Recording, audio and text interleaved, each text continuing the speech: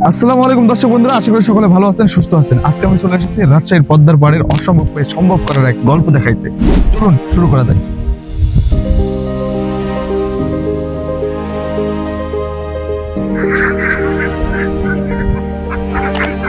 রাজশাহীর পদ্মার তীরের ছোট্ট গ্রাম বস্তি, যেখানে নদী আর প্রকৃতির মেলবন্ধন। সেখানেই গড়ে উঠেছে এক কিশোরের স্বপ্নের চরণভূমি। বয়স কম, কিন্তু চোখে তার অনেক বড় স্বপ্ন, উদ্যোক্তা হওয়ার, নিজের পায়ে দাঁড়ানোর।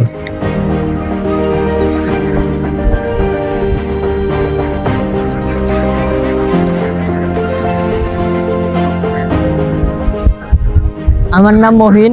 আমি গোলজারবাগ হাই স্কুলে লেখাপড়া করি, ক্লাস 9-এর মানবিক বিভাগে।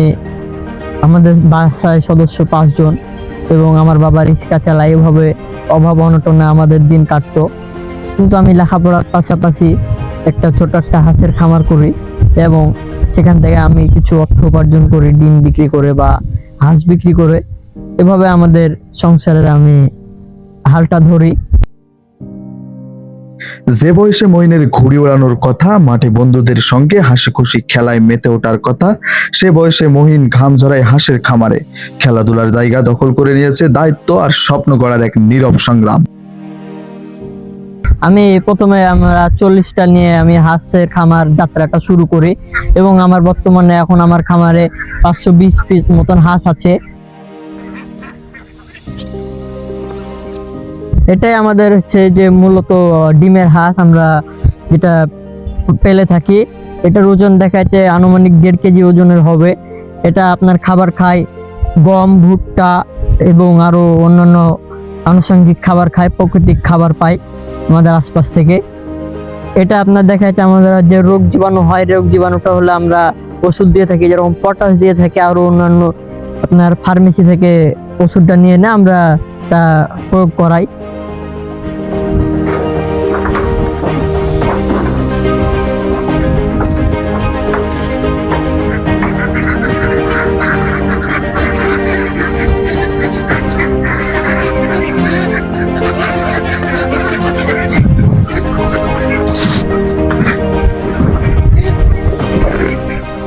আমি আমার এই খামার থেকে 500টা হাঁসের মধ্যে থেকে আমি 380টা এবং 420টা পর্যন্ত আমি ডিম পেয়ে থাকি। স্বপ্ন দেখতে লাগে না কোনো বয়স, লাগে সাহস, অটুট বিশ্বাস আর পরিশ্রম। তার এক জ্বলন্ত উদাহরণ মহিন। মহিন, তুমি যে এই অল্প বয়সে এত বড় একটা দায়িত্ব নিয়েছো, তোমার ভবিষ্যৎ পরিকল্পনা কি? আমার ভবিষ্যৎ পরিকল্পনা হলো আমি এই খামারটাকে আরো অনেক দূর এগিয়ে নিয়ে যাবো। এটা হলো আমার ভবিষ্যৎ পরিকল্পনা। তো তুমি এতদিন পর্যন্ত যে এই কার্যক্রমটা পরিচালনা করেছো, তোমাকে সরকারের পক্ষ থেকে কি কোনো আর্থিক সহযোগিতা করেছে? না, এখন পর্যন্ত আমাকে কোনো সরকার থেকে আর্থিক সহায়তা করা হয়নি। যদি আমাকে করে তাহলে আমি আরো এগিয়ে যাওয়ার চেষ্টা করব।